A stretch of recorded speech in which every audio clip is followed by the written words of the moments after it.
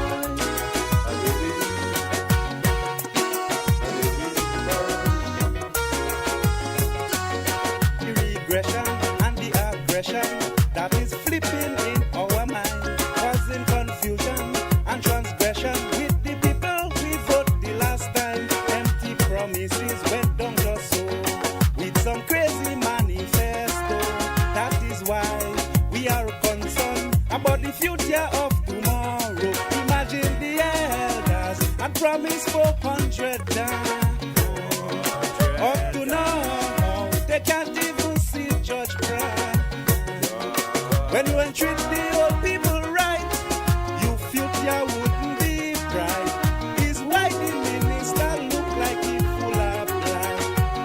Yes, indeed. Good night to you, Grenada, Carriacou, and Petit Martinique. The rest of the Eastern Caribbean, those of you listening out there in St. Vincent. My good friends out there in St. Lucia. My Catitian listeners. My Anguillan listeners. My Monstration listeners. If Antigua get vexed with me because we have a good Grenadian population out there in Antigua. Good night to each and every one of you. The one or two Grenadians on Nevis. Yeah, good night to you. Trinidad and Tobago, good night to both of you, yeah? My name is Sheldon Scott and I'll be here with you up until 10 o'clock. Well, if the voice could hold out, you hear the voice sounding different, eh?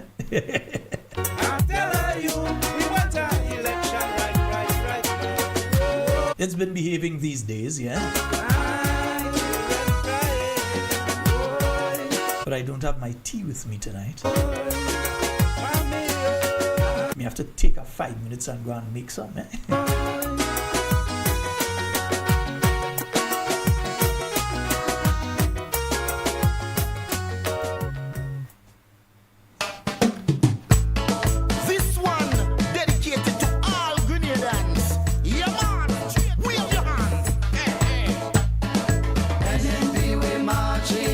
Yes, indeed we are.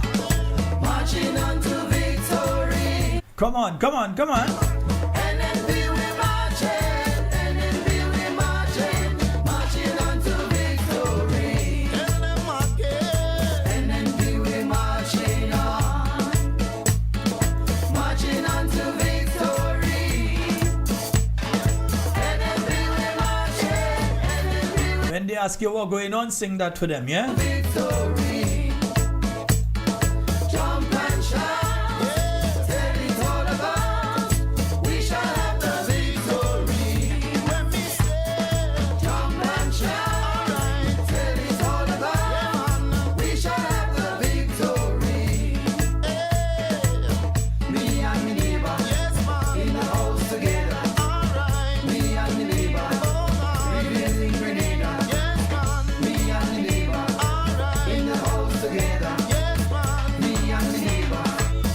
Let me say a very special happy birthday to Pastor Casimir. One of our many pastors, yeah? We have many pastors that tune into this program, yeah? If I just behave myself, I know the men of God are listening, yeah?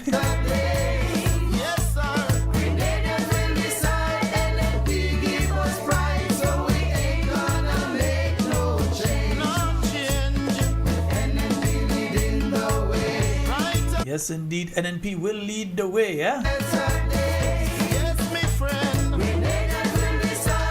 And let me say a special good night to those of you joining us on the YouTube, yeah?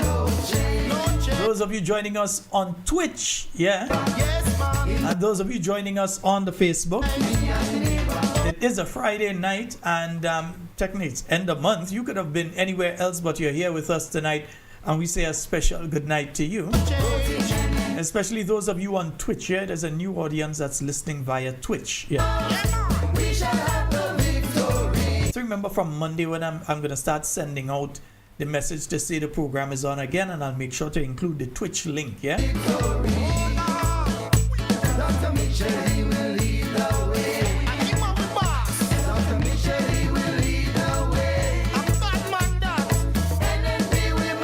Yeah, this time he's chairman of the party, Emlyn Pierre. She will lead the way. Yeah.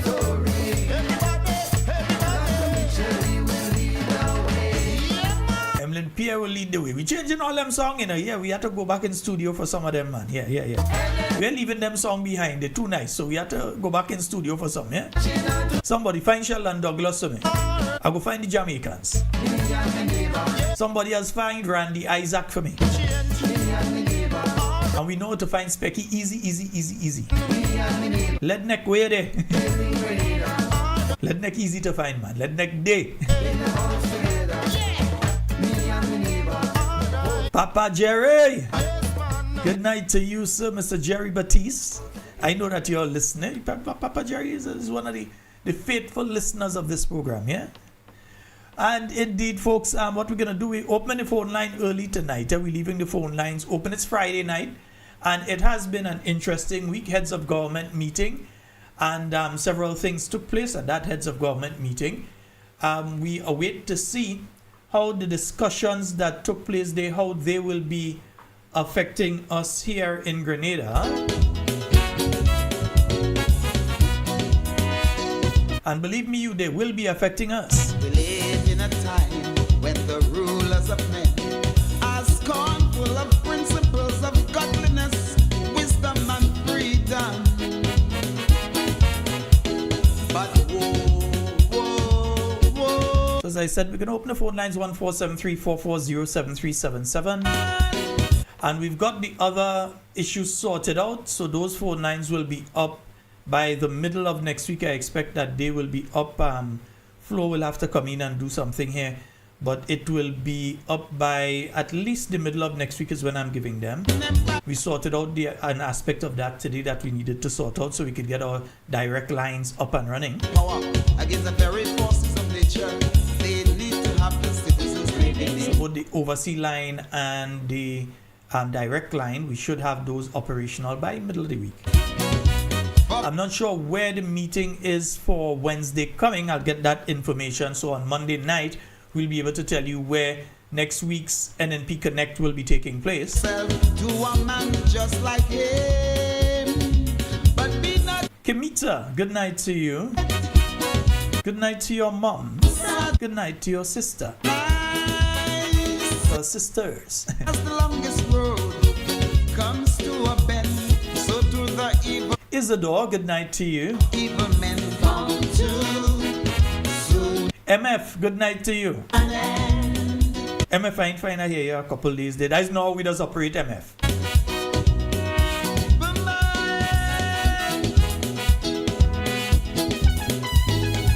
Find that mean you're busy, eh?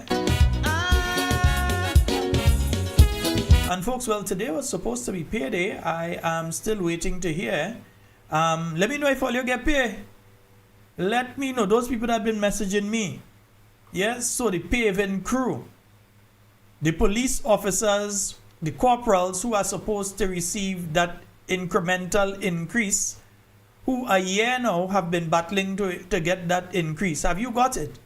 The nurses, have you all got your money that they promised you all that you would get? Because a lot of people, farmers out there, have you all got your money? We have a caller online. Let's go to the phone line. Hello, good night. Hello, good night, Mrs. Scott. How are you? Hey, I'm fine. How are you doing tonight? I'm good. Two things I'm calling to find out. One, first, did the cricket in the stadium, the West Indies versus Sri Lanka, was advertised? And what I can't remember hearing anything about that, and what was going on with the cricket there. To be honest, they did advertise, but they did a very poor job of it. Because I'll tell you this, when I realized that you had international cricket taking place in Grenada, is when I was heading down the stretch and I realized I see a coaster pass with police outrider. And then I asked a question of the bus driver and he said, well, it's international cricket. They have the Sri Lankan team, female team here playing against the West Indies female team. So whoever it is, I know that usually, while the Grenada Cricket Association would do their advertising together with the West Indies Cricket Board of Control or whoever, that at least during our time, that GIS would be actively involved in promoting something like that. You have all these things taking place. I mean, last couple of days, after some of us spoke, I know Andrew Donald did quite a bit. Speaking about the fact that here it is, you had nobody telling people go and watch Afi Fletcher, but they bring them to watch the Prime Minister pelting ball all over the place. And in the thing is, was amazed, and I was telling somebody that in NNP time, if even though the cricket didn't much advertise, they fine the school children or pay half for the school children at least to go and full half of the stadium. Well, let me clarify for you there. I got a text message today because they're going all out now. They realized that they made a mess of it last week. So they've gone all out now. I got a text message saying that it's free. Entry is free tomorrow, so you don't have to pay. You're going in and it's free. Yeah, I heard that. I heard that because I spoke to Junior Murray today. Okay. And he told me, come tomorrow, it's free. Yeah. You know. Junior! You know, so so he told me come tomorrow, it's free. So and the next thing is, do you hear anything concerning the yacht people in Grenada? Because, you know, my small business I does, some of them is coming and telling me goodbye. This is the last time I will be seeing them because they going, because they put this cost on them, you know. And speaking to somebody who deal with the yacht people, they're saying that somebody is had to taking over the yacht, the where them yacht and them does anchor, and they charging them people about over $700 a month. You know, so I don't know. I just want to know if you hear anything or heard about anything about that concerning the yachties is moving out, because somebody tell me down the part down going down Chublu down there, they clean out all, you know, the yachts is gone. You know, 100 of yachts gone. I haven't heard anything along those lines. I haven't heard anything like that. I have people very close that I can ask questions who would be able to give me some insight in relation to it. So I'll do that over this weekend, and I'll let you know what I hear, because that is news to me. Really and truly, that's news to me. Yeah, because it's the same yacht people who tell me that, because I didn't know anything about it. It's them who come and they're telling me goodbye, and, you know, this is the last time they will miss Grenada, and, you know, and by speaking to people who don't deal with the yacht, they say something like that. But I don't want to get into it, because I just want to find out, because I know you have connection. You could able to, you know, find out and come back to us with something about it. I definitely will, and I thank you for that, because I had no idea that any such thing was taking place. I know there is a fear amongst some of them to be in these waters at this time, because remember the US drones and fighter jets are not blowing up boats outside Jamaica. They're not blowing up boats between Cuba and Florida. They're not doing it outside Puerto Rico. They're doing it down here. It is in this region. So outside of Trinidad, outside of Grenada, outside of St. Vincent and St. Lucia, it's in the southern Caribbean that these drones are blowing up boats. And if your boat happens to look suspicious and may be in an area that it's considered to be one of the drug trafficking lanes, you might get accidental missile on you. So I think all of that is lending to them being kind of scared to be in the area. That part I know. But the part about increased fees and docking and so I don't know. I'll find out first thing in the morning. I'll find out though. I might even get some of that information sent to me tonight. I know that people will send it to me tonight if they know. But I didn't hear that, and I'm very interested in finding out, because there are a lot of side industries that make money off of yachting.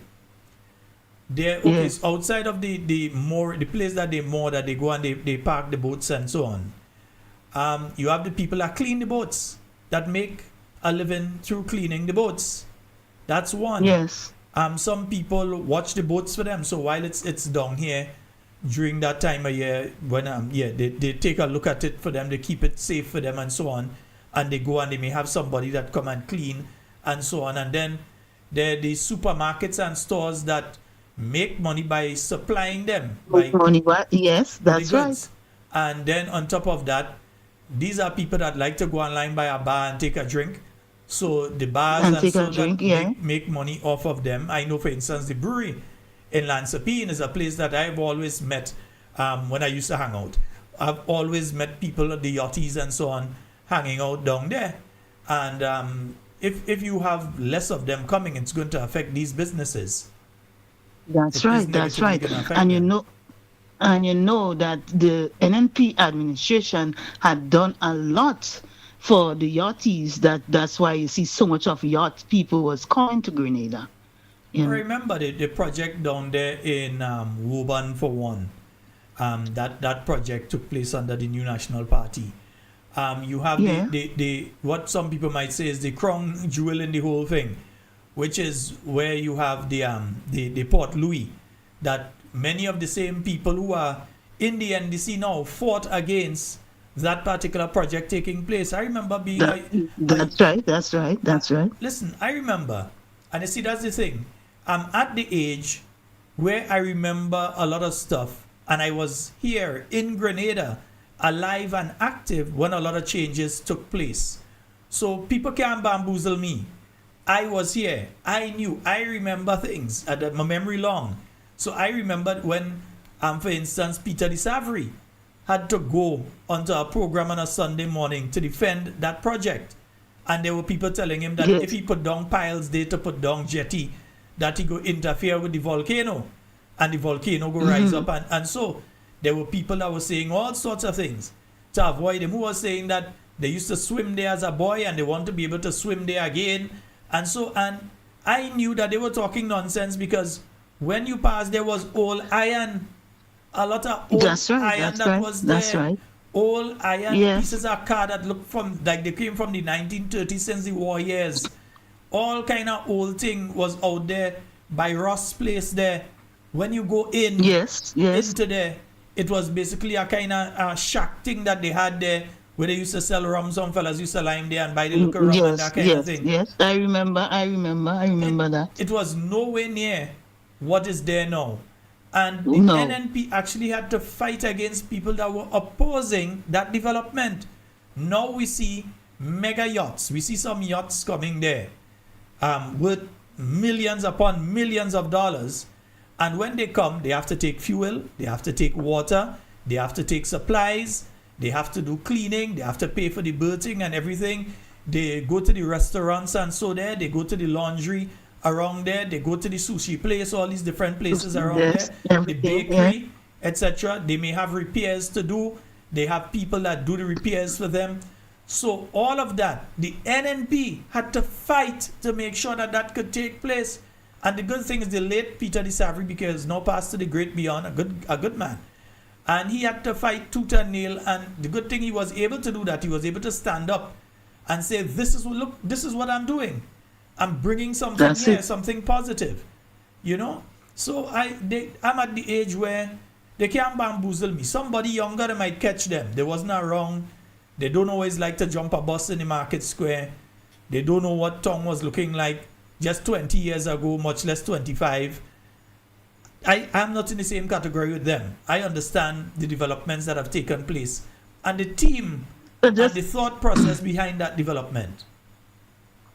Because just right there, I was speaking to a young man, and he was telling me how, not really a young man, me and his age, and he was telling me how this is the best government that have since 1983. I said, but are you crazy? I said, so this is the government that do everything? The NDC who do everything here, the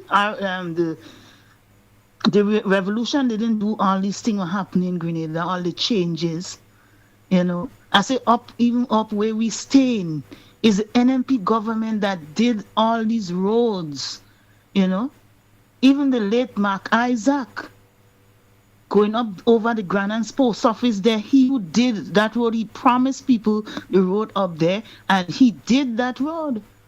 People don't know there was a big rock in the middle of that road. I don't know if you know that road going up there. A steep hill going up there. I know what you're talking about. I drive it there was often. There was a big rock there and was stone in that road. And when NNP had win the 415 seat, Mark Isaac promised may she so rest and be my great grandmother. That's to give her a road there, and she lived to see that he did. That's why I tell him that I did let me name the road Mark Isaac, after Mark Isaac, because he had make it happen when the former NDC was saying during St. Louis time and them that they cannot do the road because that rock will break down the house. I go out the day, I come back in the evening, everything grade down. Under the stewardship of NNP with Mark Isaac, the MP. My friend, And so when I sit down today and I listen, I'm old enough to know when I passing sit down, through that area when they was doing Granan's Main Road. yeah, when I hear people saying that the NNP government never do nothing in Grenada, I just want to know if they're crazy. It's I speaking to Mr. Those Time, he people are tell me living how, in blissful ignorance, my friend. That's the terminology for them. He- They are living in blissful you know, ignorance. you know what he tell me? How Keith Mitchell make Grenadians see trouble. I say, think of this. You have a minister, a prime minister making people see trouble. He win 15 seats 3 times. He win in the constituency. All the time he run, he win. I say, well, Grenadians stupid to have people making you see trouble and still voting for them. I just wonder where we getting all these things from. And just saying things, but NNP never do nothing. And NNP do the most ever in Grenada, in any government. NNP do the most in Grenada for Grenadians. Mm-hmm. And I think people must come to reality and accept it. I mean, everybody have the ways and accept that NNP had done a lot. He had transformed Grenada to what it is now. Listen, let me use an example here. There is absolutely no MP in the NDC right now, no member of parliament, who can claim to have done as much as the NNP do in the first 2 years of being in office in 2013, 2014 there. Let's extend it a bit to 2015. In the first 24 months, there is no MP in the NDC for the nearly 4 years that they're in office now that could claim to have done as much as the NNP did in that space of time. Much less any 2-year period you could pull out between 2013 and 2022 and between 1995 and 2008. You could pull out any 2 years. In fact, you could pull out any 1 year. In fact, you could pull out any 6 months of the NNP and put it against a whole term of the NDC, and NNP outshines them 200 to 1. You could bet on that. None of them. I mean, you look at the present crop of MPs.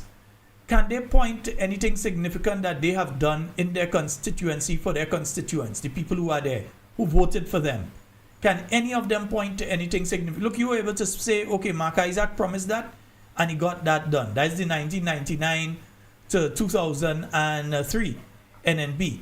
Yeah. Mark Isaac promised this, he got it done. You have many instances. Look, I remember NNP getting into office in 2013. And prior to that, we had the then Minister of Sports saying that NNP only talking about stadium, but there was no money for stadium. When they went to the Chinese say they have no money for stadium. That was not part of the deal, whatever, and so on.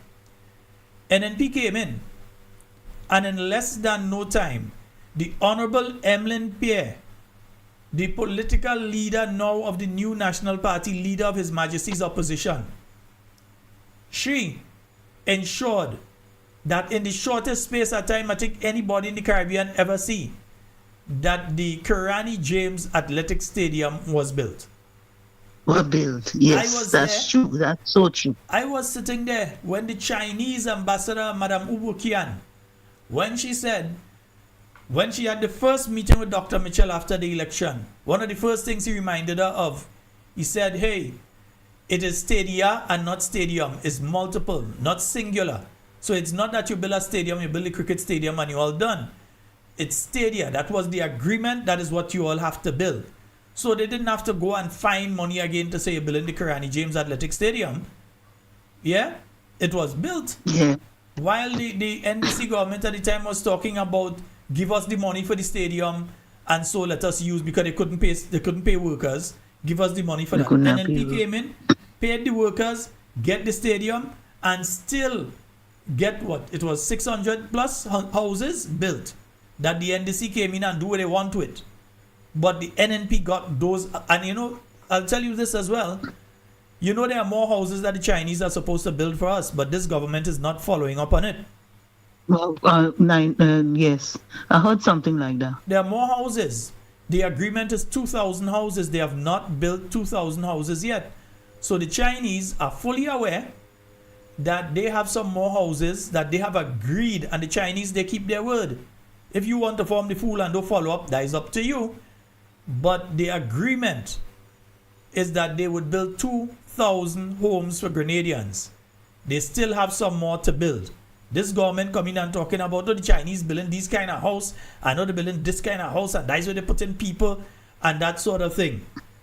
And it is a situation, it is a situation that there has to be more houses built. So look out for that. That is one of the things I am sure you will see when the new National Party returns to office. I could put my pot on fire. That is one of the things you will see. Well, before I leave, Mr. Scott, last week I went down by the health center in Grenada and to bring my mom, and the health center opened at 8:30. And I think they should address that in the health center, that people have to come there since about 5 o'clock, to get a number. And they have to stand up outside till about 8 before someone come and open there. Rain coming, no way to shelter. I think they should address that and try to at least get somebody or get a security at least to open there, so people, when rain come, they could go and sit on the veranda or something, and then when the people comes in 5, they tell them they can't attend to them. It hurt my heart to see that lady. She said since 5 o'clock she was there, and when she reached, they say it's only for chronic disease and stuff. I think they should put it out, like put a notice out, like on the side of the gates, so people at least when they come, they read and say, well, this time is for chronic disease every third Tuesday, or every first Tuesday. So at least people know, so they would not wait, for that until the place open. And then when the place open, they know 8 o'clock, after 8, you're telling them you can't attend because this is for only people with high blood pressure and sugar. Mm-hmm.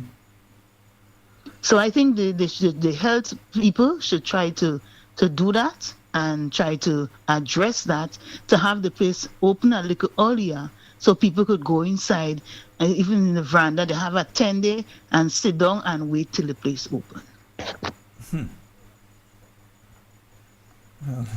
Yes, so that's my full day. So you have a good night, and good night to my political leader and her family. All right, my friend. Thank you so very much. All right, you have a good one. Take care, bye. Yes, indeed. And folks, that's what I often say. You see, others may want to be disingenuous. Others may want to be intellectually dishonest. And then there are those who it looks like they have some sort of mental disorder. Because to make the statement that the new National Party has done nothing is not only intellectually dishonest, it is idiotic in nature. Because the same people go in and sit down in the stadia that the NNP built. They go in and say, that wasn't the NDC built them. When it came time for the NDC to have their name down and say that they built stadia, what did they say? They say that all the Chinese say it have no money for it. That wasn't part of the agreement. Yeah? And they didn't even have enough sense to approach the then leader of the opposition, Dr. the Right Honorable Keith Mitchell, and ask him to assist them with it. No. They're the big and they're the bad and they know everything. So it took the NNP coming back. I remember the Honorable Emlyn Pierre. In the office there, sun go down. The sun go down, and this woman was in the office fighting up to get that national stadium built. The Chinese ambassador at the time, I will always love that lady, Madame Ubukian. I'll always love that lady. You could have swear that she was working in the ministry. Because if she not by Honorable Emlyn Pierre, she over by Vida Victor Bruno. Or you see, she head up to the Ministry of Works. But she in nearly every single day. She was in that ministry to make sure that every little aspect of the stadium was sorted out. And then what did we get? When the stadium was completed, we got the highest rating possible for an athletic stadium. Right now, I hear they go and they redo the track. They ain't bothering to try and get no rating and that sort of thing. And it is because we got the rating that we got, which was the highest possible rating for your track, that we were able to have the Grenada Invitational, which was destroyed by this government. You had games here in Grenada with things that people never thought they would see.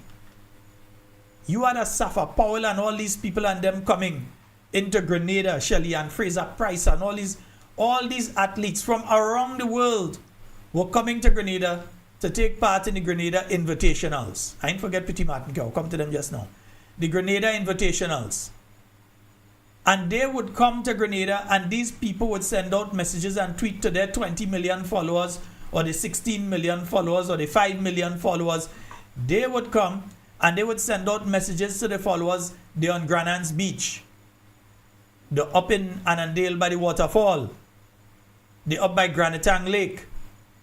Yeah, they're eating an oil down. So they would send these messages out to their people.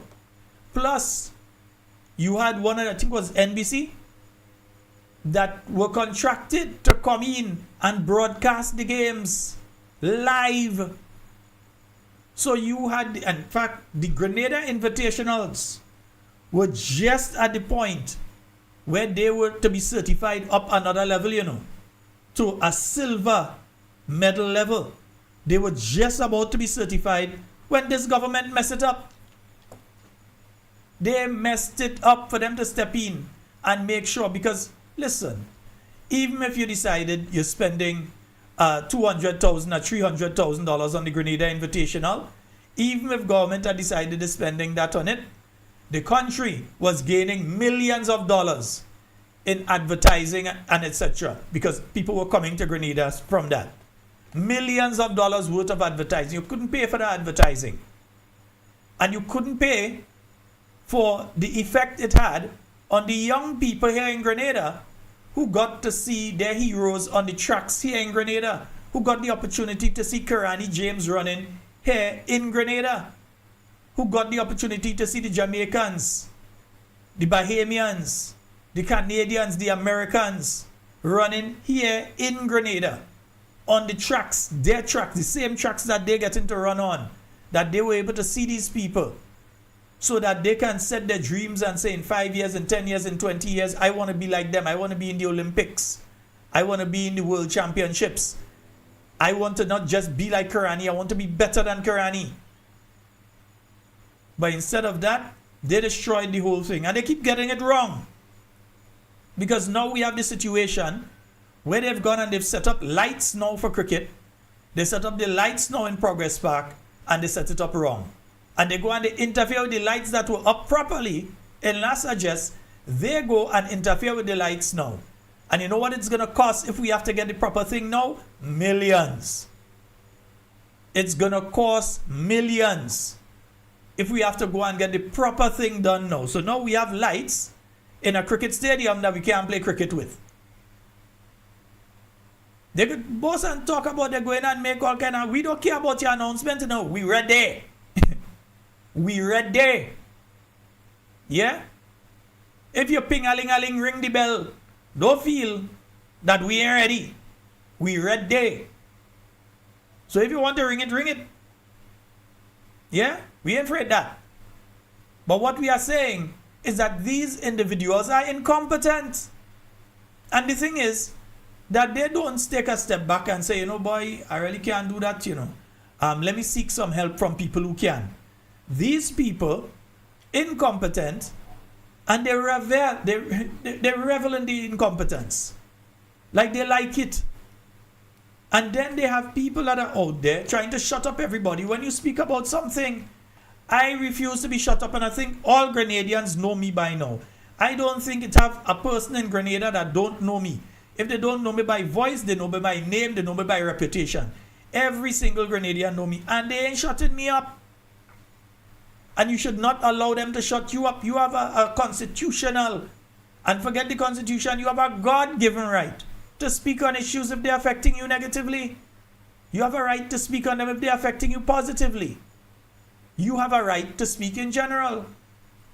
Yes, our rights have limits because even though you have the right to speak, you can't go and lie on people.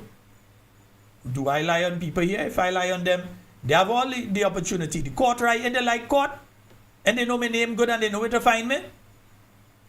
Yeah? Because some of them still say, now, I'm not out of the country, I'm here. I'm here. So if they wanted to sue, they could sue. But they can't sue because they know when we say something here, we know what we're saying. So when we tell them that we realize some PSs get demoted, some PSs get promoted, you go talk about that one on Monday. Eh? Leave that one for now. We go discuss that one on Monday. What is taking place with the permanent secretaries? We hear all kind of mawet taking place there, Papa yo. All kind of thing taking place. And folks, I hear some kind of thing take place in Carriacou there. I'll get to that in a little while. Let's take this caller. Hello, good night. Good night, sir. Good night, sir. Hey. Number one, well, I guess the man with the golden voice. The man with the golden voice, man. How you doing, sir? Okay, 3 things. Number one, you sent me that gotofet.com, and for some reason I lost it or it's not working. Oh, I'll send it to you again. That's not a problem. So you have to send me, because I remember you said you was going to change up everything from that GoToFet thing. I was going to change it, but I think we'll just leave stuff as it is right now, because I don't want to end up like government. You change your system and then things ain't working as they claim. Okay. Yeah? Okay, right. So please send that. Look at my number and just send it to me again, please. No problem. On a text. So, okay, just send the information to me. That's number one. Yeah. Number two, who is Wayne Sanford? Wayne Sandiford, sorry. I think that's an economist, if I remember correctly. No, Wayne Sandiford is somebody with the Port Authority, right, in Grenada. That's selling properties to government ministers. I'm reading from the news here that he just sold $1 million property for one of the ministers for $600,000. But which news? Because I don't want to end up in court. I don't see the documents. Where is the Sunset Restaurant business? Where is that? On Grand Mall? Oh, in Grand Mall, yeah. There's that business that, well, it used to be Sunset. Well, it's PF something or the other now. But it used to be Sunset, yeah. I don't know who sold it. I would prefer to get the information regarding that because I don't want to get myself tied up legally. Okay. I see accusations being made. No, I think I heard something similar to what you're speaking about, that it was sold and who it was sold to and how it was sold and so. But the thing is, I don't have that information and I like to protect myself. I ain't see it. Okay. Because these days, I'm very skeptical with things I see online. A lot of it is AI generated videos. You're seeing videos and you're seeing people doing things and it's not really them, is AI generated voices. And there are a lot of people that would like to get some of us in trouble and would try to get us to say that. But you can go ahead. You saw it. You saw the article and you could go ahead on it. You know, it's not like anything's wrong with that. You can go ahead with it. Yeah, but that's okay. That's number two. Number three, I saw you played a clip, I think it was last night or night before, where this journalist, I thought I gave her more reputation than that. Met the lady, what? Calistria. Yeah, right. When she made a statement about our political leader, she said something about when they have nothing else to do, they talk about this. When they have too much time on their hand. Yeah. I didn't like that. I didn't like that statement because she was, and everybody is bending over backwards for this. Nobody is making any reference to when this guy lies. Why nobody is picking this up? Okay. Why nobody is saying, okay, the Prime Minister lied and said that he's repaying the loan. The Prime Minister made that statement. Why is nobody picking this up? And why is no newspaper Does anybody in Grenada have any? I mean, is balls a bad word? If I say balls, Go. The pastor's listening. They go pray for you. no, it's everybody is. Nobody is challenging, and you have some people with yellow hair and red hair coming and just pampering him and say, okay, it's a town hall meeting. Okay, so that is what that is very very unfortunate, and that's number two. And my last thing for tonight is that lady in Carriacou who everybody's scared of, and I will say that with with no reservation, our Governor General is failing the people of Grenada. She is not looking into this voter thing for us for Grenada. Mm-hmm. If someone makes a request that you cannot have someone from the party in the registry, and she's doing nothing about it, can you comment on this? Well, I can't comment much on it right now because I'm not sure what state it is at right now. If some further action was taken, I know that the leader of His Majesty's opposition did approach the Governor General with concerns regarding that. I know that they did respond. I don't know if there's a third phase that's taking place right now. I can find out, and during the week, next week, I can let you know. No, the Governor General made a lame response by said she wrote a letter, and that was it. That was around 6 months ago. Christmas come, New Year's gone, Independence gone, and like it's dead. The question I'm asking is that person still there? Yes, they're still there. The latest list I saw, they're still there. Yeah, they're still there. And everybody, nobody is doing anything about it. Well, let me just tell you this. From what I hear, there are people who are living in Union Island that have registered in Carriacou to vote, and it's not NNP that registered them. Let me just put it like that. There are people in Mayo and Bakeway who are registered in Carriacou to vote. And that is why I say to our people, the only way they could thief you is if you don't do a good enough job of filtering the list. So you're in Carriacou, you're listening tonight, you have a responsibility. You're in Petit Martinique, you have a responsibility to check and make sure that the people that say that they're living on Petit Martinique, not really working over in PSV and really living in my room, you have to make sure. So what our prospective candidates? The candidates? Candidates? He's gonna be our vice president, deputy prime minister. Yeah. Deputy prime minister. I mean, is there? Do they have grown people canvassing the list? I will simply say that a lot of work has taken place already, and a lot of work is taking place. Fear not, but we always need more hands on deck. The more hands make lighter work. So I'll say fear not. But there is no if I didn't know. There is no if I didn't know. I mean, wow, Yeah. where would this? Where is that? Because there is no tomorrow. Mm-hmm. I mean, when the champagne is broken, and they will be laughing at us. Yeah. But all I would say is that not only in Carriacou, Petit Martinique, but in every constituency, we need to be paying attention to the voters list. I'm saying it here until I lose my voice. We need to keep an eye on the voters list. And I know that there are people that are doing it, but we need more. You always need more. Yeah, you always need more. I'm also reading there are red flags in the two St. Patrick's and the St. David's. Why? Are there reports that are on the vote? Red flags for the NDC.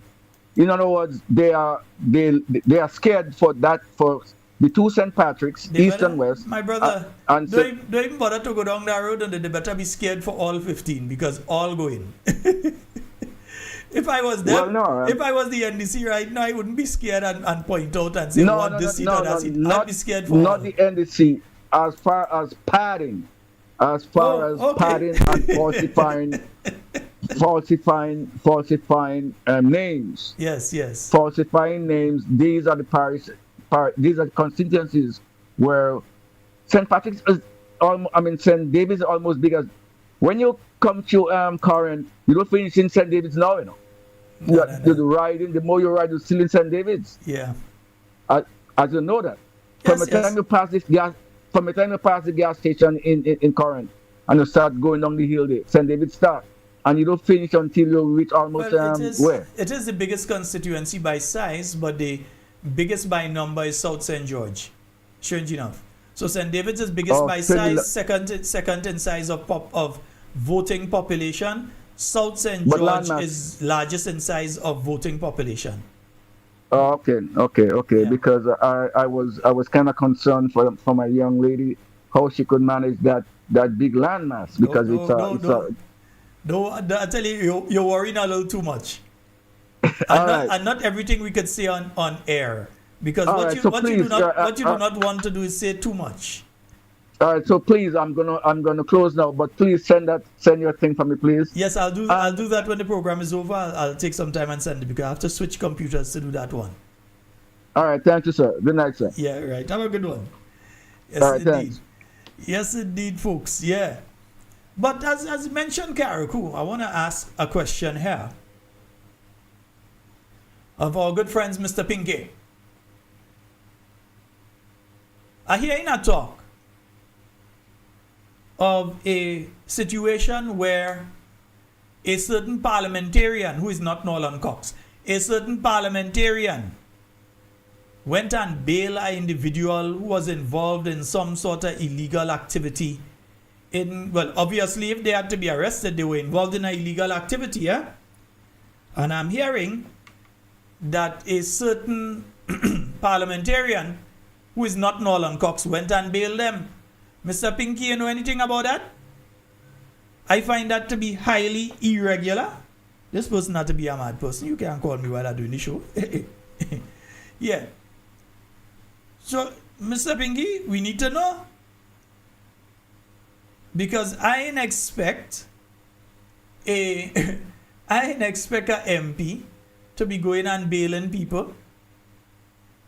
And secondly, who was the person that went and break open the school, break the lock on the school and take the water and go? Mr. Tevin, Ishmael, and you're asking a simple question here. Who was it? Who was the person that went and break the lock in the school? And I'm talking about recent. I ain't talking about during the hurricane. I'm talking about recent.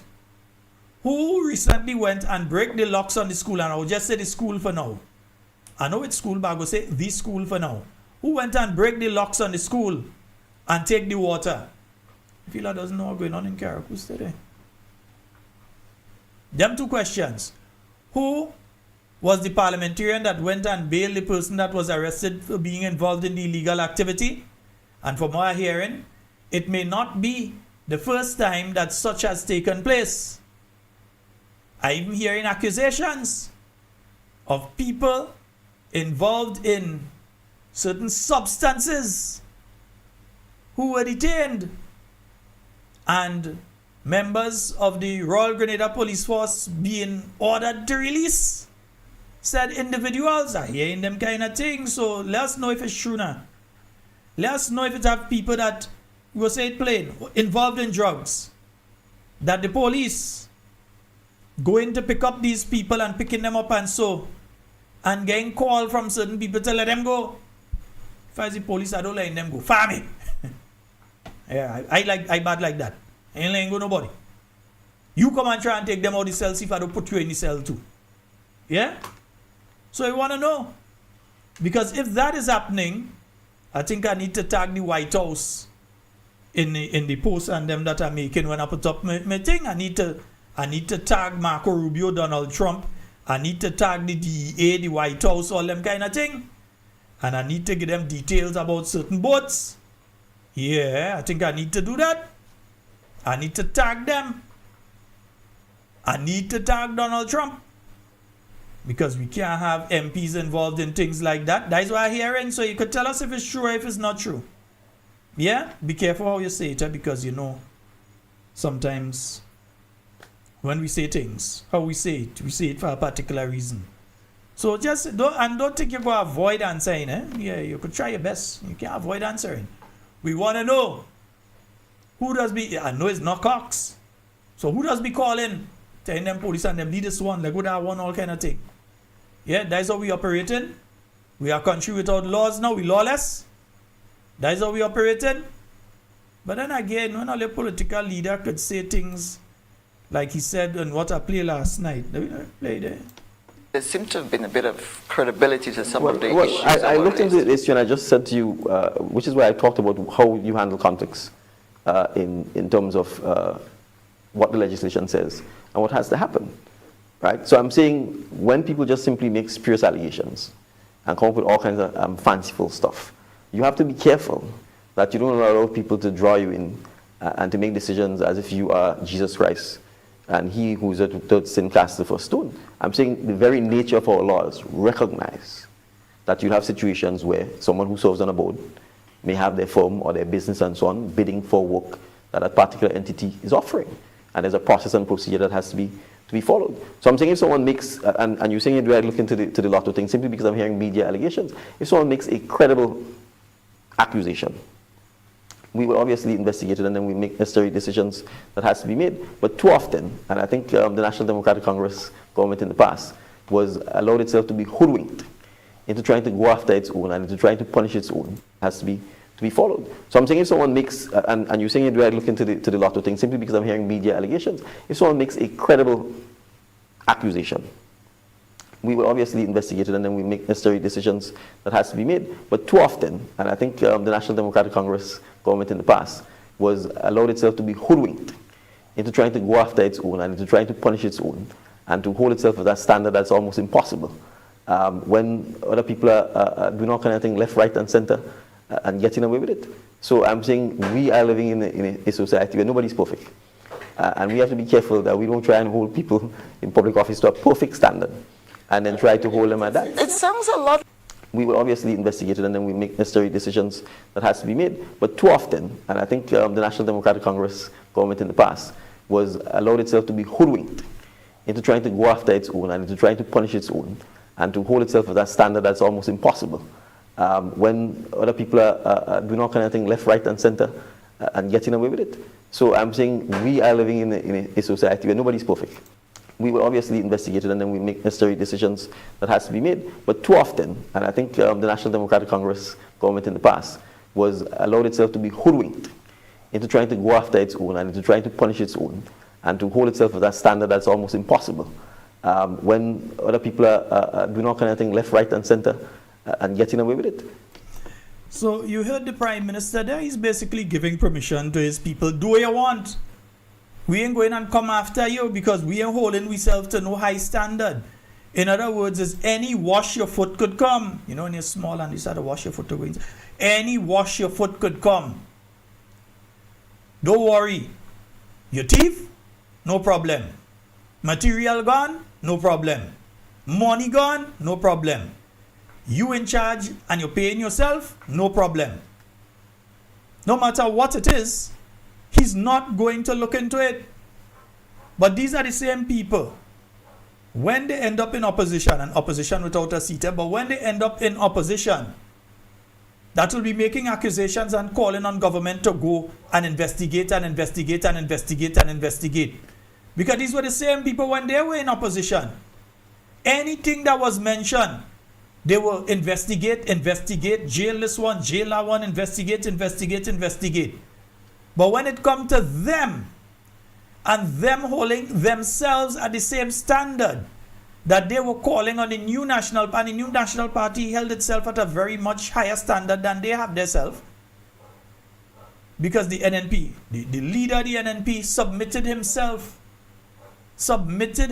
to a commission of inquiry. So this Prime Minister, if you can call him that, this Prime Minister is saying to his supporters, do skullduggery. Thief if all you want. That is what he's basically saying to them. And then he makes a very dangerous statement. Hold one moment, caller. He makes a very dangerous statement When he said these people and them, they're lucky to be living with nobody doing them anything, he's encouraging people to do violence to other people. This is the leader of this country talking this crap. Sorry, pastors. We have a caller online. Go right ahead. Go right ahead, caller. Hello? Caller, pay attention to the phone line. Go right ahead.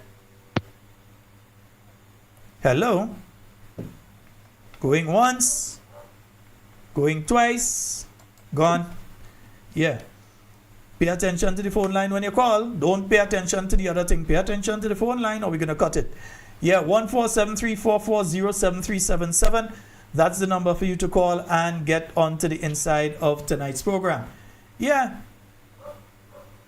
So he's saying that they want to hold themselves to an impossible standard. They're holding themselves not to an impossible standard. They're holding themselves to no standard.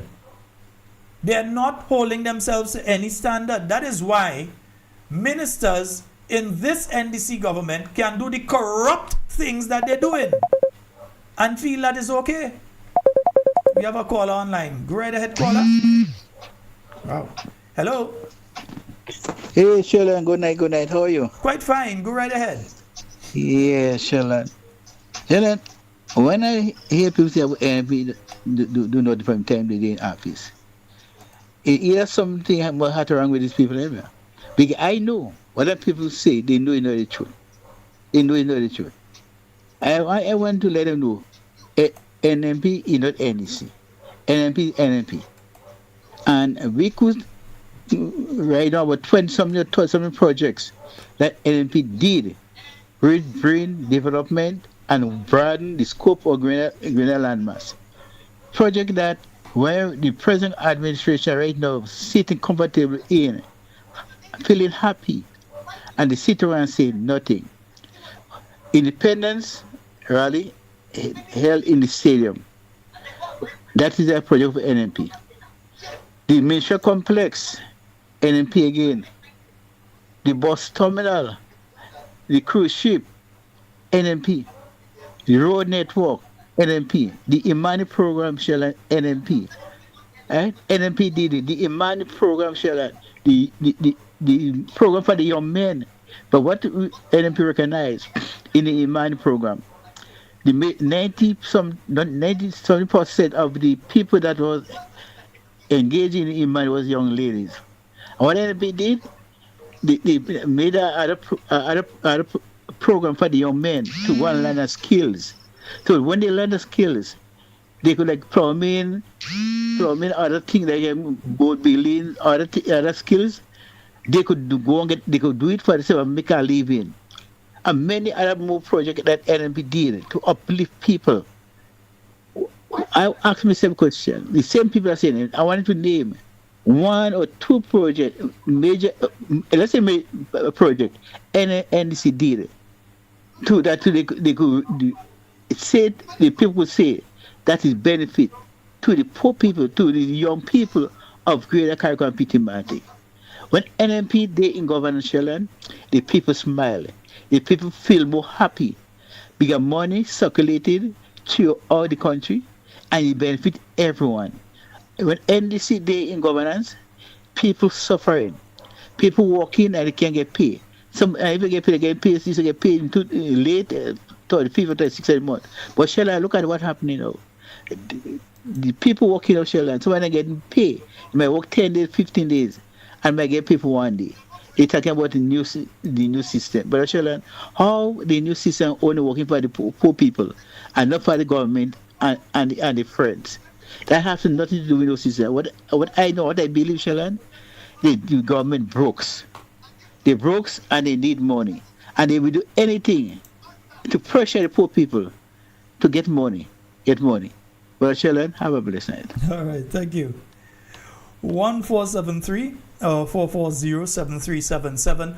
That is the number for you to call and get onto the inside of tonight's program. Yeah? Nice. NMP St. George's to St. Andrew. Yes, indeed. St. Patrick's to St. David.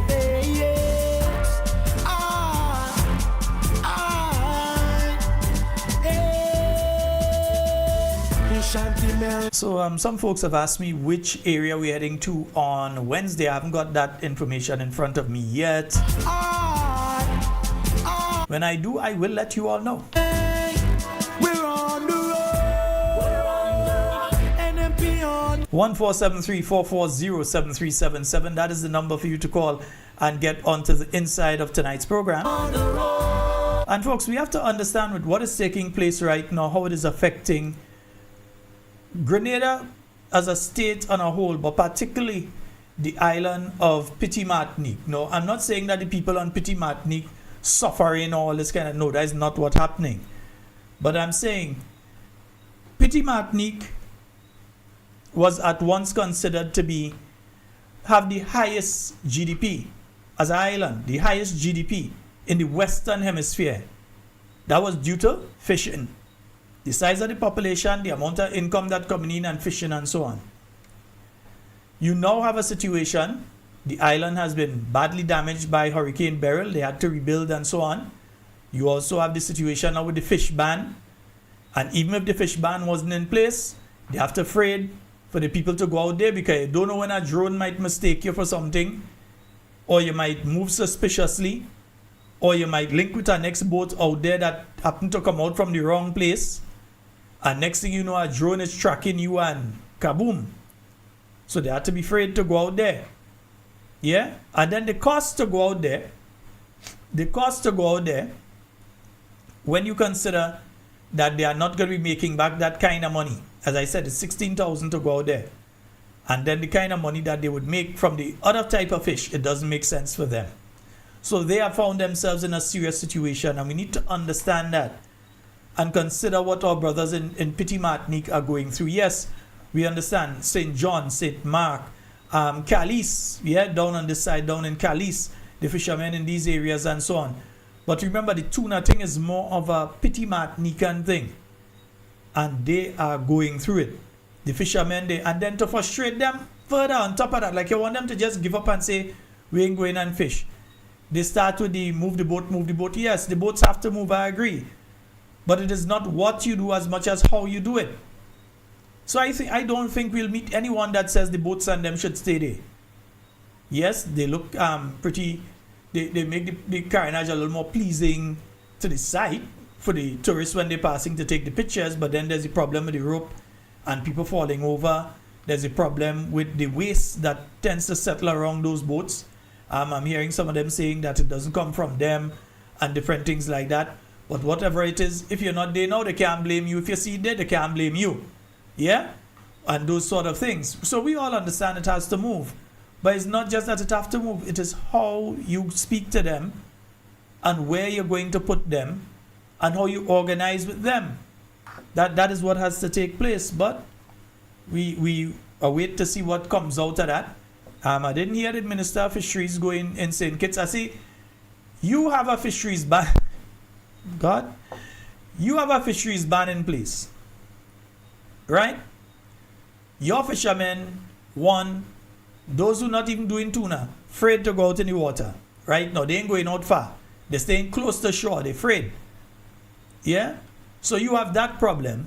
You have the problem where your largest market for your seafood has closed off to you. They block you until the President of the United States basically boasted now that he destroyed the fishing industry in these parts.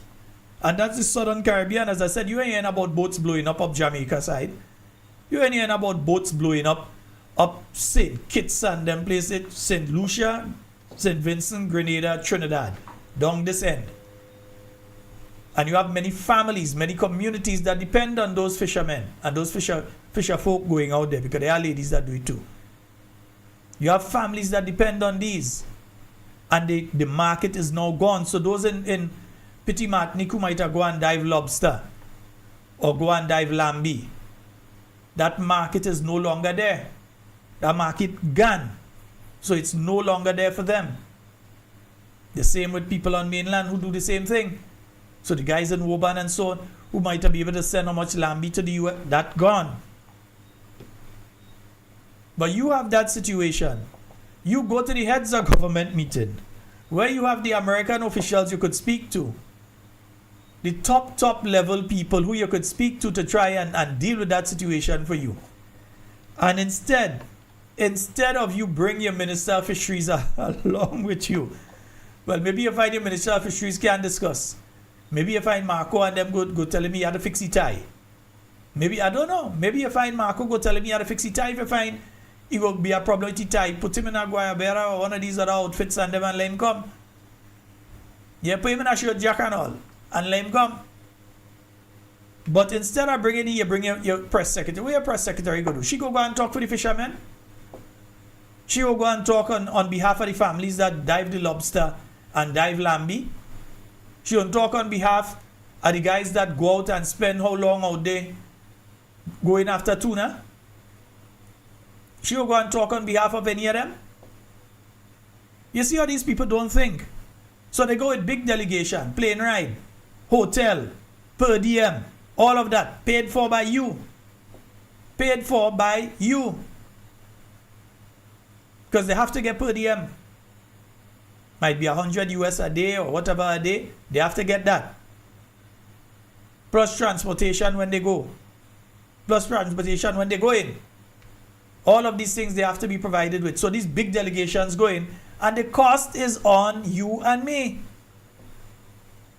And when they come back and they tell us something positive in relation to the present situation, because the minister came the other day and sent out a release to say he had nothing to release.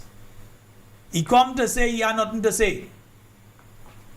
Because that's a release said to people. Nothing. And if this situation had been addressed at the point in time that the US spoke to this NDC government about it, we would not be talking about this situation now. We would not have this problem now. Right now, the fishermen would have been okay. But instead of that, we have a group of incompetent people who just like to attack people when they talk on issues, but not address the issues themselves. Folks, the phone number 1473-440-7377. That is the number for you to call and get on to the inside of tonight's program. NMP St. George's to St. Andrews, St. Patrick's to St. David. And folks, remember, it is that time. Yes, we are looking for your donations. We have placed in the chat the link. That's the GoToFet link that you see there. That's the link that you can use to donate. Yeah. And the rest of you know how to contact me. Yeah, you all know how to find me. You can send a WhatsApp to the number 440-7377. No, it's not a number I have with me all the time. So it's when I hear, take a look and check and see and so. But you could send a message there. So we are looking for your assistance. Yeah.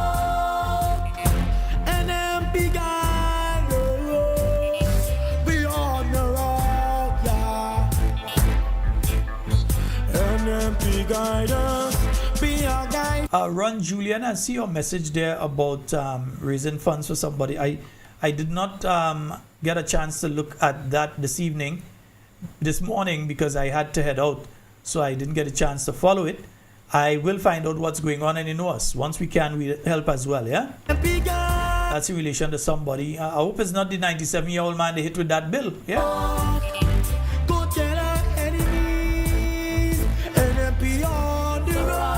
94, 97, I can't remember the exact age. 1473-440-7377. Look at everything they try, and every time they fail, they say we send us far. From next week Friday, we shall start again. I've just been compiling them, making sure I have all the videos together. So we'll be playing a lot of the videos from next week Friday again, going back in time. I haven't played it for the last couple of weeks because I've just been compiling. It takes some time to compile them. So I've been compiling so that we can play, yeah?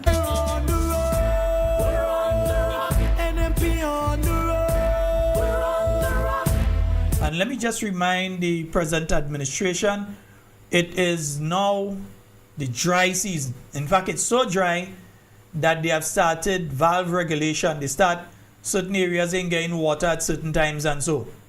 Yeah, they start to cut off water different places because The volume of water going into the dams has lowered. We hardly getting any rainfall and so we ain't have much water in them dam and them. So you all know what that mean, eh? We have to careful in our usage and so on too. We have to careful how we using water, and we have to make sure that we put storage in place. I have to make sure my extra storage is in place over this weekend. I won't sort that out. But we have to make sure that we do our extra storage and all of that for water. You don't want a situation where water gone and you have no backup supply. So we all have to make sure that we have our water stored up. Nice? Yeah. NMP on the road. NMP guide. Yes, indeed, folks. So you have to make sure that you have your water supply. But let me say this.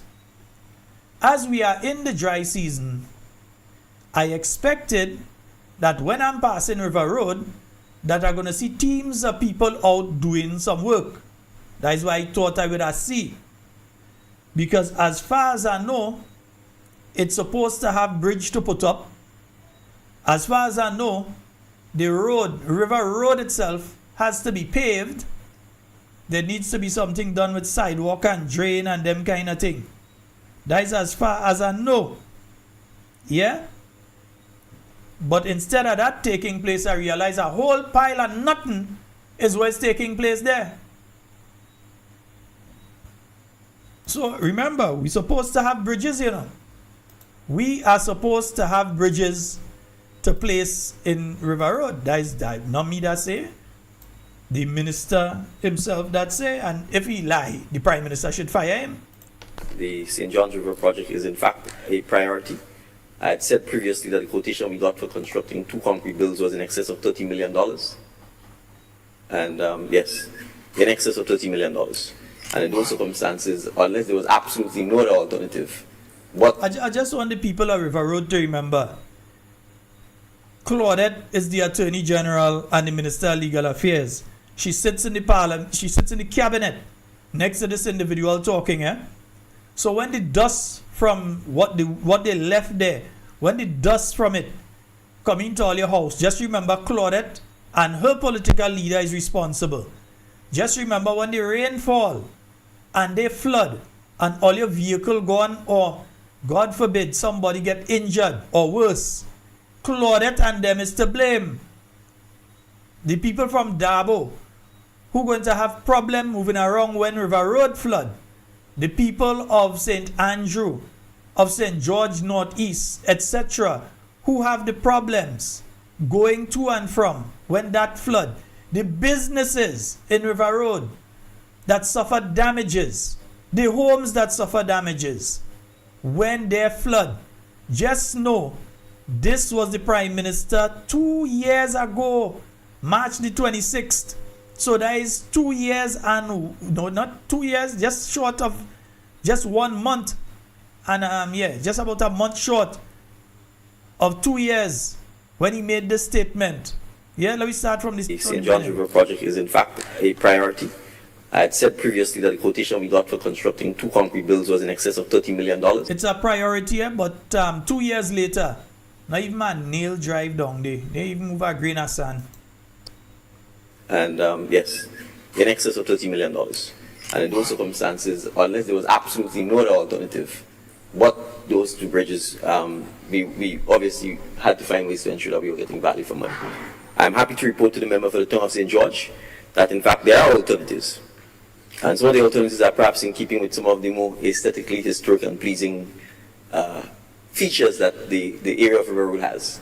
You know, we have a historic green bridge there which should really be preserved and turned into something rather than sitting rotting. But we have procured, Mr. Speaker, 2 steel bridges at a fraction of the cost. The bridges are in fact on the island. Mr. Speaker, 2 steel bridges at a fraction of the cost. The bridges are in fact on the island. They've been shipped. But we have procured, Mr. Speaker, 2 steel bridges at a fraction of the cost. The bridges are in fact on the island. They've been. Notice it's not me saying, it's the Prime Minister saying they have procured 2 steel bridges. They are in fact on the island. All you see in them bridge and them? We have procured, Mr. Speaker, 2 steel bridges at a fraction of the costs. The bridges are in fact on the island. They've been shipped, they've arrived. The designs for the abutments of the bridges are more or less completed. We expect that the design review process will take place. And once that commences, then the time frame for in fact installing the bridges will be reduced significantly, because as opposed to actually having to build a concrete bridge, which will take a significant time, you are actually building just the abutments. All you feel them people care about all you? All you really feel this guy and them care about all you? Because look at the state of River Road, especially now with the dry season. You go in and have Carifta, you know. We're going to have Carifta, and people from throughout the Caribbean had to go through that same River Road, the one with the pothole and them right now and the dust. They have to pass over the same humpback bridge that should not be there by now. It have no right being there. Because 2 years ago, on March the 26th, in the House of Parliament, the Prime Minister lied to us. Because he said to us that, hey, in fact, I don't have to say what he say. I could play it. Yeah, let me play what he say, man. Yeah, let me play him.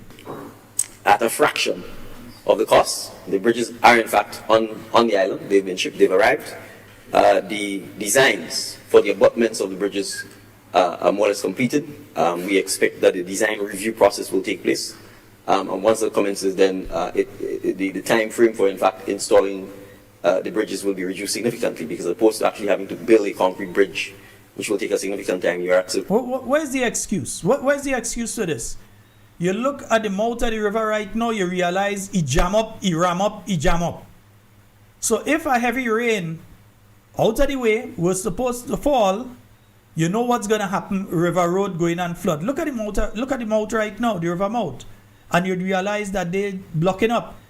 They have a drain by LA Purcell close to a year. It jam up, maybe because it's by Purcell, I know, but close to a year. It jam up. Bread, good night. Somebody tell me about it. Close to a year, smelling. They don't care nothing about River Road people. You feel they care anything about you? They come in to grin to you because they're looking for your vote, but they don't care about you. There's no care. They show no care. They don't care. This is rainy season. Dry season, sorry. There's no rain now. This is dry season. So you don't think that these individuals could ensure that the project was started and done? They had a dry season last year, they didn't do it. 2025, they didn't do it. 2026, they didn't do it. And 2027, you're seeing not a shred of work being done. So you know it ain't getting done this year either. You know it's going to take when Troy come in as the MP for the town of St. George in an NNP government to get that project done. And then you're going to have Honorable Nolan Cox as the MP for Carriacou. You're going to have him in the cabinet. And he's an individual who knows about that project. So he will ensure that what has to be done is done to make sure that the project gets done quickly. Because the individuals who are sitting there lying to you about it. Look, we have the ex-project, chief technical officer. Let's hear what he had to say when they had a press briefing after there was flooding down there. Let me hear what he had to say in relation to it. Factors to the thing that we've seen is further upstream within the river's catchment. Because we have more impervious surfaces being constructed, everybody has a paved driveway. They have their downspouts being positioned into the roadside drains and to the rivers as well. So that also increases the volume of the water that we experience coming downstream in St. John's River. The river that goes to St. John's River and empties out by the stadium basically comes from areas above Bolio, Boca, and makes its way down into the channel. So our proposed designs in the river has to be mindful of all of these things. The intended plan, especially closest to the stadium, is to create a new humpback bridge. The current design of the existing humpback bridge, because it is lower, close to the edge of the road, it becomes blocked with bamboo. and other pieces of logs and debris, and that also now. Just remember, this was just about 2 years ago, so they know all of this happens there. They know that the bamboo and thing does come down. It does block up by Steel's Bridge there, and then the water does end up in the road. They didn't complete the piece of wall that should have been completed there by now, so the water crosses into the road. They know the same takes place down by the Humpback Bridge. They know that bamboo and other things stick in the drain there, stick in the river there, and it creates a sort of dam and the water spreads. Yeah, they know this. This is the former chief technical officer. He knows this took place, but he could only do what he's allowed to do. So let me hear the rest. River that forces the water out to the sides into the stadium. So essentially, until we can seal up all of the spaces in the river that the water would exit through, we are likely to experience similar issues. So within the ministry now, our current plan is to attack the construction of these bridges in the dry season coming up. If we do have a dry season, and as Mr. Walters would say, the climatic conditions are likely to be crazy. So ideally, if we do have a proper... You had dry season in 2025, in 2024, and in 2026. You're having dry season now, and still no working taking place. What is the problem? What is the problem? And you see, that is the kind of thing you're supposed to have your MP asking for you. What is the problem? Yeah? Because, folks, you know something that is very, very possible, eh? It is very, very possible that you could have rain when Carriacou come, you know. Yeah, you just have rain that come out of season. We've had it before. You have rain that comes sometime middle of the dry season. You have a set of rain place flood. It just happened. And we had a hope, due to the non-activity of these individuals, that we don't have some serious showers, because you and I know what has happened to the Grenada National Stadium when the flood come. Many of you lose vehicles. It are people that might be listening to this program tonight that lost vehicles when the flood take place. So they should have sued them, because they're supposed to do the project already. And if the project was done, they would not have flooded. It would not have flooded. So imagine you are Carriacou Games, and you have all these vehicles parked up down there, and you have heavy rain, and the water start to come down. You know what's going on? You all understand the possibilities. Yeah? And these individuals are making no move to try and say, let us fix the river road. Let us at least start the process of paving River Road. So you're going to have all these hundreds of visitors, thousands of visitors, whatever, coming to Grenada for Carriacou. There are going to be hundreds, not thousands. Hundreds of people coming for the Carriacou Games. So you're coming up from the airport, road bad. You reach in town, road bad. You pass under the tunnel, road bad. You reach over on River Road, road badder than bad. Yeah? All original bad road, front road, center road, top road, bottom road, bad road. The road bad. No attempt being made to sort it out. Sun shining. That is when you're supposed to go and make sure it is done. But no, we had to come on this program and we had to cuss all you and tell all you. That is what you had to do. And then people supposed to go and vote to keep all you who don't know what to do in office. If we didn't talk about Sargassum, there wasn't putting out no release this week talking about, oh, we have Sargassum and thing together and so on. That's the same people that tell us they had boat picking up Sargassum outside Gov when nothing so was taking place, you know. Lie again. So we only trust them on this Sargassum thing when we see it in action. Because it already started to come in. When we see something in action, then we go listen all you. Meanwhile, all you go in and break open school to take water in Carriacou. Always the Prime Minister of Carriacou. Go ahead. Do all you do. Man. Do all you do. Do all you do. Yeah? We're still waiting. Because it's an inconvenience and River Road is such an important road.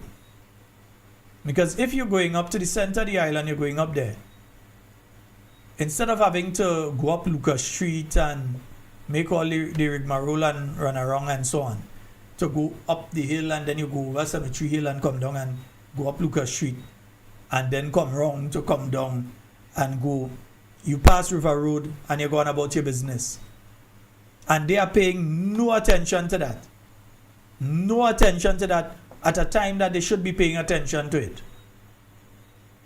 The same thing goes with the road in the south of the island, and if they don't sort that road out within the next few months, they have probably about 60 days or so to sort that road out. And if they don't sort it out in that 60 days, we're going to end up with mud festival down on this side, you know. It's going to be mud festival. Bus drivers are already going through it. They're already going through it. Yeah? Good evening to you, my good friend out there in the UK, the geezer. Yeah? And of course, actions speak much, much louder than words. So when you're telling us you have bridges there already, and the bridges is just a put in, you had more to say on that project, you know. Essentially, three remaining main aspects of the project. The two bridges, which is the Humpback Bridge and the bridge located to Steele's Auto Supplies, which have to be constructed anew, and then the entire road was... Folks, and this is from November of 2024. We in 2026. The individual there with the eyes closed right now and the mouth open is the Prime Minister and Minister of Works. This thing has been outstanding now. Earlier in the year, he said the bridges here are ready. On the 24th of March 2024, he said that the bridges are already in Grenada. Now down in November, after the place flooded, they go and they call a special press conference. And he's talking about the River Road project now. Three remaining main aspects of the project. The two bridges, which is the Humpback Bridge and the bridge located to Steele's Auto Supplies, which have to be constructed anew, and then the entire road was required to be paved. I'll be honest with you, in light of what I've seen, I don't know that merely having two new bridges and repaving the road is going to address the flooding that we're facing at River Road. You're not an engineer, you're a lawyer. Hush your mouth in relation to that and listen to the technical people. You're the chief technical officer pointing out exactly what causes the floods. You are a lawyer. You don't know nothing about engineering. Leave it to the lawyers. To the engineers, sorry, not the lawyers. Leave it to the engineers. Okay, not do that. Watch. You better fire the Minister of Works, you know. 200-foot wall or 10-feet wall will address it. So it's clear from where I sit that I think we are going to have to get a flood mitigation expert to review all of this and to provide. Just remember that before that flood mitigation project was put in place by the NNP, that you had flood mitigation experts that designed that project. In comes the Prime Minister, who is not an engineer, had no idea about any aspect of this, and all of a sudden he's an expert because he sits in the seat of Prime Minister and Minister. All of a sudden he's an expert. You already had flood mitigation. Imagine he's the minister and you don't even know that you had experts that designed that project. You think was NNP just come and take a piece of paper and start to draw and say, poor bridge here, poor bridge there, poor wall there and a wall there, and open down there a little bit more? It's not the NNP that come in and say that. It's the experts, the people who went to university and studied this thing. Says a mawes. Where you can see, I even had someone sending me a text message saying, well, as long as the river and the sea are at the same level, then the water is always going to flow back into the settlement. So that is sort of, in a broad sense, what the outstanding aspects of it are, but I can have the Chief Technical Officer provide some additional. There were essentially three remaining main aspects of the project. The two bridges, which is the Humpback Bridge and the bridge located to Steele's. The same bridge that he was saying since in March. That was the 19th of November, not October, 19th of November 2024. And since the 24th of March, he was the 26th of March, he was saying that all the bridges were already in Grenada. And up to now, we can't see the project. we have to come and tell them what to do. And the only reason we're saying it is because we know that people suffering. We know it's affecting people. We know that the business people are being affected by the dust.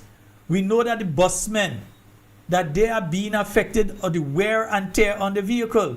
We know that the other people that utilize that particular area because they need to get into or out of Tempe, or they need to go up on the west coast, but they're somewhere in the northeast and they have to go there. We know that they are going through the wear and tear on their vehicle as well.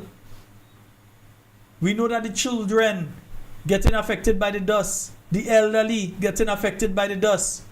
And we know the dust is one thing, but even worse than that is the possibility of the flood. And the possibility that people can lose their lives with that type of flooding that takes place there. The last time, that same November, when they had that flooding that took place in that area, there were conferences and so going on in the National Stadium at that point in time, and people get marooned there. You have the school, my God, you have the school right there in Queen's Park, and the students are marooned there when this rain starts to come down and the flood come down. They are marooned there. They can't leave until the water starts to go down. And nothing is being done to avoid a situation like that. So what if it happened during Carifta? What if it happened just before Carifta? What do they do? Where's your plan? Where's your strategy? Where's your exit plan for that? How do you move people and everything? And so them go say, oh, you wishing for things to happen? No, I don't wish for things to happen. I like to plan in advance. And this is my country. I don't want nobody come here and go back and talk bad about my country, you know. Because we have the best country on the face of the earth with the worst government on the face of the earth. That's just the fact.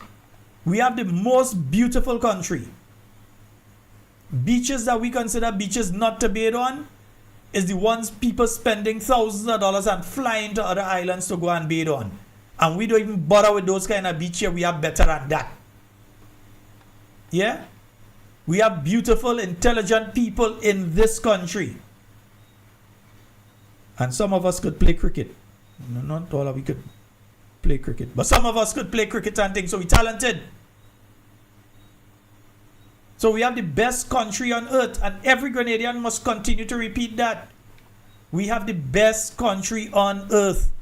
With the most beautiful flag. The best country. Nowhere is better than here. But we are the worst government.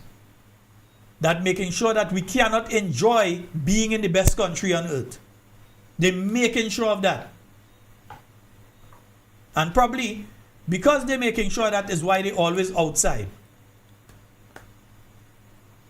See right now, if a bird see the Prime Minister, he's telling the Prime Minister, well, you just fly more than me. Yeah? Or let's see hummingbird rest. If a hummingbird see the Prime Minister, he say, boss, you just fly more than me. You clocking more miles than me. Those are the realities of Grenada in 2026 as we end February and we move into the month of March. And the month of March, from all indications, is going to be a very interesting month. Yeah? A very interesting month. I'll say to you this. If you are not yet ready, get ready. If you are not yet involved, get involved. If you have not yet checked the voters list, don't let Monday come without you checking the voters list. Prime Minister could come tomorrow morning and have a national address and announce an election. He could send out a press release and announce an election. Could do anything. Yeah, he's the Prime Minister when it comes to that. When it comes to that, he could do anything. Yeah, once he stays within the rules. So it is up to you to make sure that you're ready. So if you know that you're hearing Sheldon saying it every night and you're not checking the voters list, please, as soon as the program is done, go and check the voters list. Please, I beg. Yeah? I beg. Please go and check the voters list. And look out for all those strange names that shouldn't be there, but they make sure and look out for them so that they can be removed off of the list. Yeah? Because victory, success, depends on all of us doing what we need to do, how we can, when we can. We all need to play our part. Yeah? And folks, I'm going to end a little early tonight because I realized like, Ollie want to call, so yeah, we ended early tonight. Because Ollie realized I'm sweating here like, not just what I'm wearing, but the place hot. Yeah? Have a fan, but I don't have it on me. Right? Just want to remind you all though, those of you that would like to donate, again, let me just make sure that they put it into the chat there. Right? We're going to put it there, and as soon as I say that, somebody decide they're calling. Hello, good night. Yes, my brother. Yeah, how you doing? I've been trying to get you since last night. I've been trying to get you with a question. As you come back with a topic again, Where is I'm it? going to ask you the question now. When they find those names and they scrub it off your list, will they produce a new list? No. Or that list will be just blank when the folks show up? The name just wouldn't be there? Yeah. So this is what happens. Every quarter, if I remember correctly, every quarter there's supposed to be published a fresh list, a list with everybody on it, right?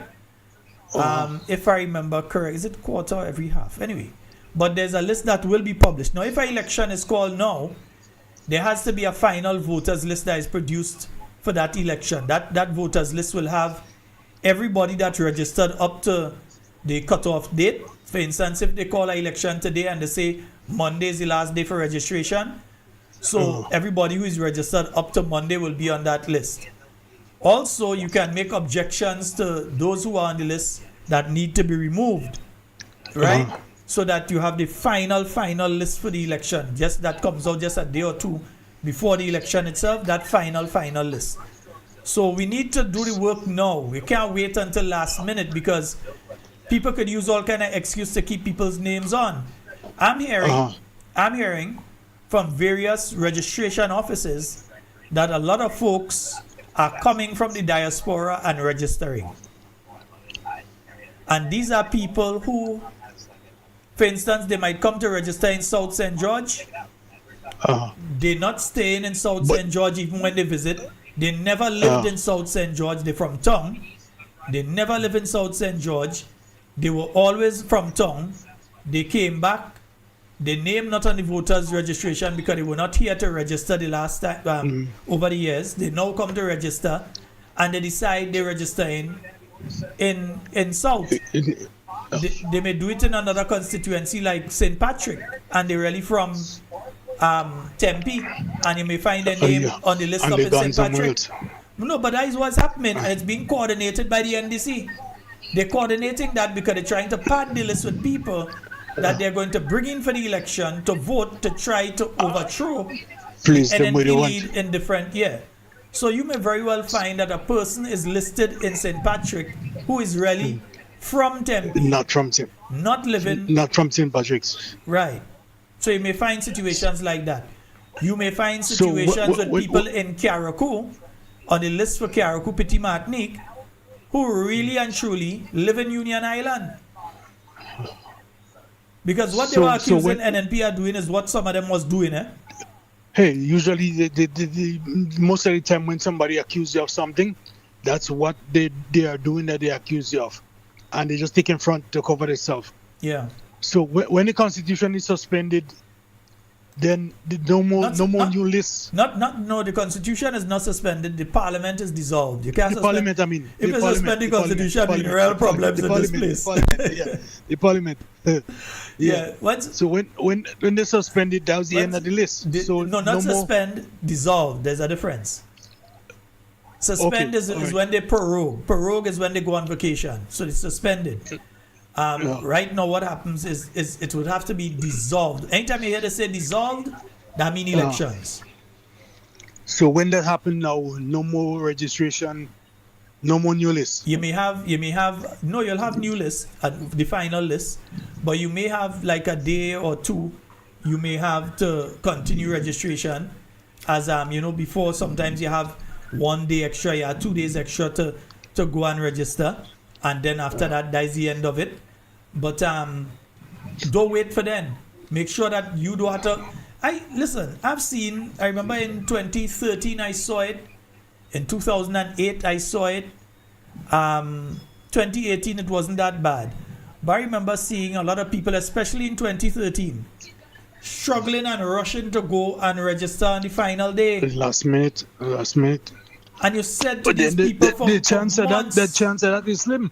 yeah, but you're saying for months, go and register, and then when you look at some of the lines and you realize some of the people you stand up there, you want to give them a slap behind the head, a clout.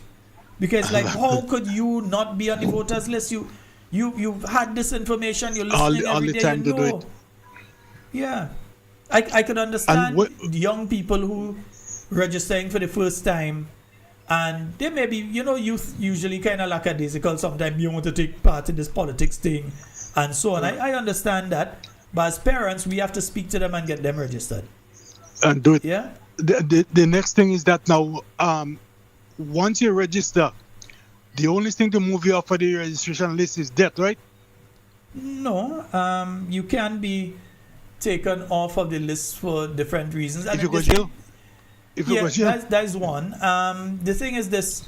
I really don't want to go deeply into that. I prefer to have a lawyer speak on that. I'm not a lawyer. Oh. I understand the electoral law, but I always prefer to have a lawyer speaking on that, which is why I've spoken before to him, but we've not settled because of his busy schedule to get Dwight Hosford, Senator Dwight Hosford, on to discuss electoral law. Yeah, just to discuss electoral law. We'll discuss other things on the periphery, but mainly electoral law. That we can have a discussion on that so people are clear on what you can do. Yeah. Because you could be removed from the list. For instance, if I know you and I'm seeing you registered in St. John, but I know you have never lived in St. John. Your wife is not even from there.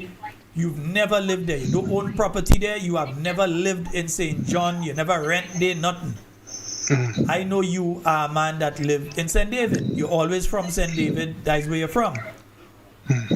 I could make a report to the electoral office, and on investigation, once they prove that, hey, this person has been brought up, we checked and we realized this person is not really from St. John, they can strike you off the list. Get stumped, bat in your crease. Yeah, they can strike you off the list. You have this situation, remember, we have a set of people now who are citizen by investment, CBI people. Some of them changing the names. So we're seeing this stuff in the government gazette now, with some people changing the names and all that sort of thing for whatever reason. But we're seeing it must be gazetted when you change your name. So been seeing an increasing frequency of that over the past few months. I wasn't seeing that before, and it's a couple of years now I look at all the gazettes.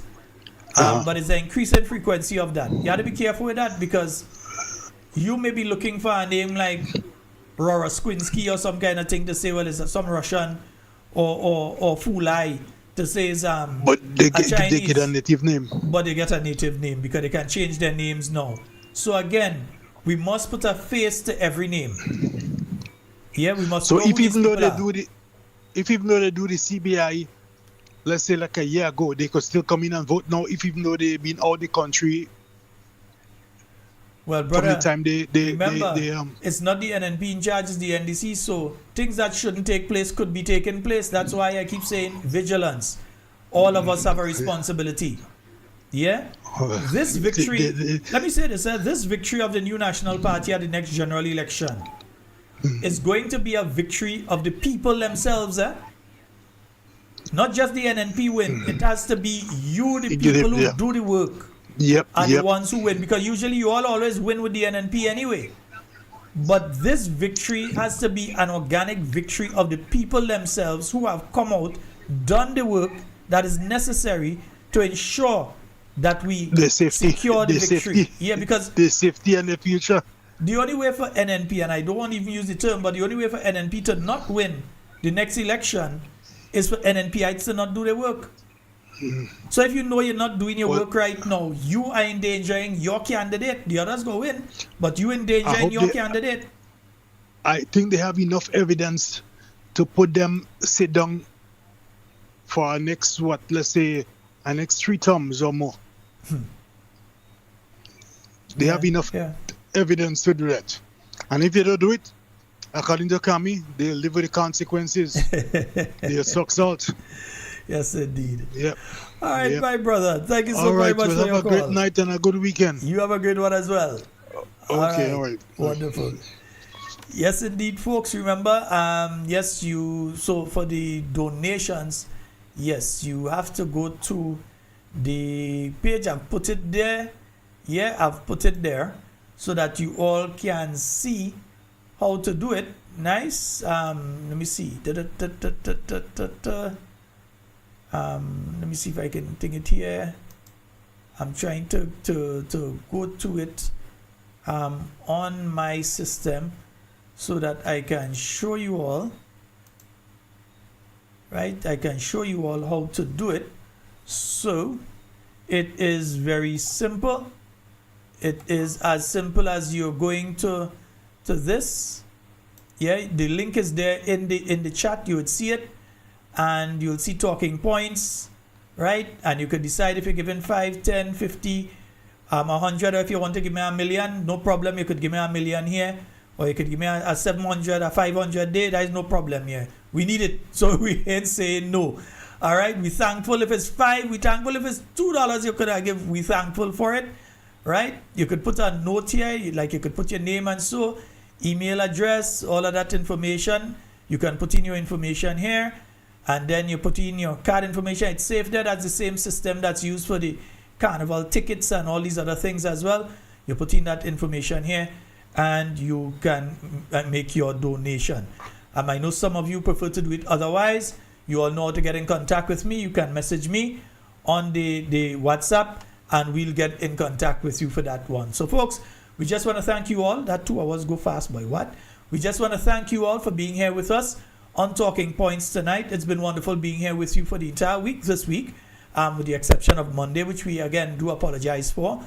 And we'll be back on Monday with more Talking Points for you. Remember, the only day we should not be on next week, God's willing, is Wednesday when we have that particular meeting. All right, so folks, in whatever you say and do it safe and secure. Want to be speaking to and with you, and definitely not about you. My name is Sheldon Scott. I'm out. Love each and every one of you.